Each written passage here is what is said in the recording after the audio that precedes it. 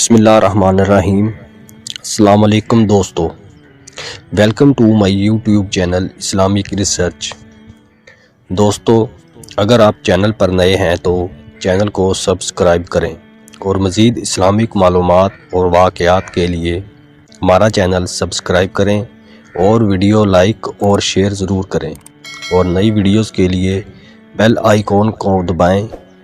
شکریہ۔ آئیے اب اپنے موضوع کی طرف چلتے ہیں۔ حضرت عمر فاروق رضی اللہ تعالیٰ عنہ خلافت سنبھالنے کے بعد بیت المال میں آئے تو لوگوں سے پوچھا، حضرت ابو بکر کیا کیا کرتے تھے؟ تو لوگوں نے بتایا وہ نماز سے فارغ ہو کر کھانے کا تھوڑا سا سامان لے کر ایک طرف کو نکل جاتے تھے۔ آپ نے پوچھا کہ کہاں جاتے تھے؟ لوگوں نے بتایا یہ نہیں پتا، بس ایک طرف کو نکل جاتے تھے۔ آپ نے کھانے کا سامان لیا اور اس طرف کو نکل گئے، لوگوں سے پوچھتے ہوئے کہ ابو بکر کس جگہ جاتے تھے۔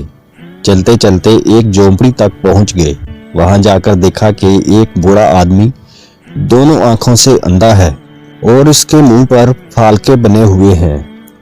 اس نے جب کسی کے آنے کی آواز سنی تو بڑے غصے میں بولا، پچھلے 3 دن سے کہاں چلے گئے تھے؟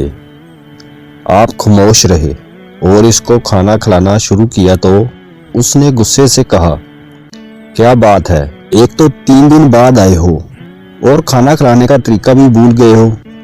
آپ نے جب یہ سنا تو رونے لگے اور اسے بتایا، میں عمر ہوں، وہ جو آپ کو کھانا کھلاتے تھے وہ مسلمانوں کے ایک خلیفہ ابو بکر تھے اور وہ وفات پا چکے ہیں۔ جب اس بڑے نے یہ بات سنی تو کھڑا ہو گیا اور کہا، اے عمر، مجھے کلمہ پڑھا کر مسلمان کر دے۔ پچھلے 2 سال سے وہ آدمی روز میرے پاس آتا ہے اور کھانا کھلا کر چلا جاتا ہے، اس نے ایک دن بھی مجھے یہ نہیں بتایا کہ وہ کون ہے۔